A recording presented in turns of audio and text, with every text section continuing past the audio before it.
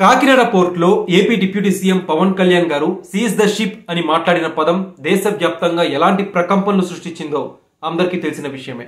అయితే అదే పదం పవన్ కళ్యాణ్ గారి వ్యక్తిగత భద్రతకి ముప్పు వాటిల్లేలా చేస్తోందా అంటే అవుననే సమాధానం వినిపిస్తోంది.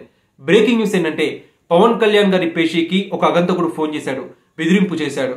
పవన్ కళ్యాణ్ గారిని చంపేస్తామని చెప్పి సదరు అగంతకుడు బెదిరించాడు. సదరు అగంతకుడు పవన్ కళ్యాణ్ గారిని అసభ్య పదజాలంతో దూషించాడు, చంపేస్తామని చెప్పి బెదిరించాడు. ఈ విషయాన్ని అధికారులు డిప్యూటీ సీఎం పవన్ కళ్యాణ్ గారి దృష్టికి తీసుకువెళ్లగా పవన్ కళ్యాణ్ గారు పోలీస్ హైయర్ అఫీషియల్స్ కి ఈ విషయాన్ని చేరవేశారు. ప్రస్తుతం ఈ ఎపిసోడ్ అంతా కూడా ఏపీలో హాట్ టాపిక్ గా మారింది. అయితే పవన్ కళ్యాణ్ గారికి బెదిరింపు కాల్స్ చేసింది ఎవరనేది ప్రస్తుతం అనుమానాస్పదంగా మారింది. అయితే సోషల్ మీడియాలో అనేక ఊహాగానాలు వస్తున్నాయి.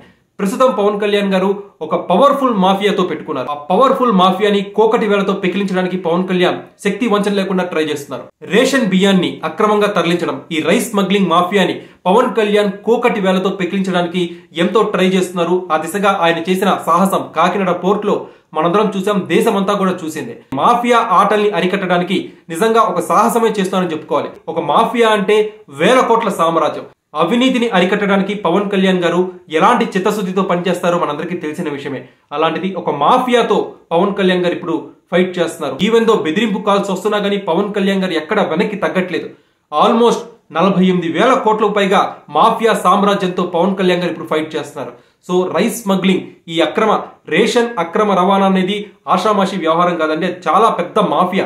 సో అలాంటి మాఫియాతో ఇప్పుడు పవన్ కళ్యాణ్ గారు ఫైట్ చేస్తున్నారు. ఈ విషయంలో ప్రజలందరూ కూడా పవన్ కళ్యాణ్ గారికి అండగా నిలబడాలి.